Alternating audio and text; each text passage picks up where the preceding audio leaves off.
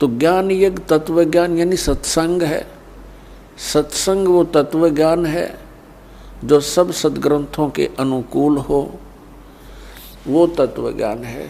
और वो ज्ञान परमात्मा ही आकर देता है। अध्यात्म यथार्थ ज्ञान परमात्मा स्वयं ही आकर प्रदान करता है।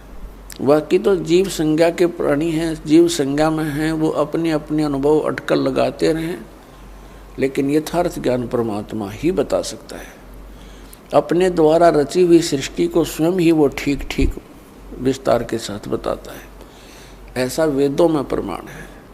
तो वो तत्व ज्ञान है जो सच्चिदानंद घन ब्रह्म यानी पूर्ण परमात्मा कबीर देव ने अपनी कबीर वाणी के अंदर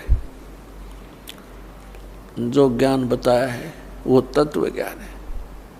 गीता ज्ञान दाता चौथे अध्याय के 34वें श्लोक में कहता है कि अर्जुन, उस तत्व ज्ञान को जो सच्चिदानंद घन ब्रह्म की वाणी है यानी उस परमात्मा द्वारा बताया गया वो तत्व ज्ञान है, उसको तू तत्वदर्शी संतों के पास जाकर समझ। उनको दंडवत प्रणाम करने से, कपट छोड़कर उनकी सेवा करने से वो तत्वदर्शी संत तुझे परमात्म तत्व का ज्ञान कराएंगे।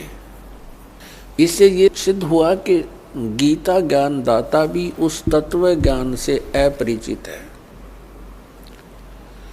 अन्यथा ये कहने की आवश्यकता नहीं थी कि उस ज्ञान को तू तत्वदर्शी संतों के पास जाकर समझ।